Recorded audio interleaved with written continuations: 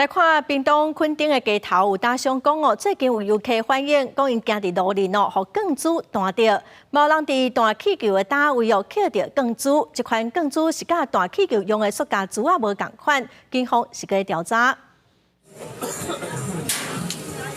听到声音，摊商抬头要找来源，发现是单位的铁皮，互铁珠啊拍到，而且无偌久进前，阁有游客互共款的细粒铁珠啊拍到小腿，去找因反映，以为是气球摊商的问题。客人被小腿被这种钢珠打到腿，那他把它拿到那个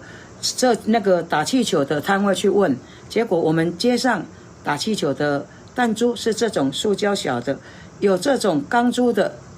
是大颗的，也不是这种小的。13号暗时，旅游季节就要开始的垦丁大街出现疑似铁珠啊随机攻击案件，现场阁捡到几粒铁珠啊。大街管委会烦恼有人甲游客当作目标乱拍，嘛提醒业者协助注意可疑的人和车辆。不过，其实早伫2个月之前，恒春镇上倒徛街疑似互人攻击，引起警方重视。不排除是有人恶作剧或其他因素造成。衡警已积极侦查中，也呼吁民众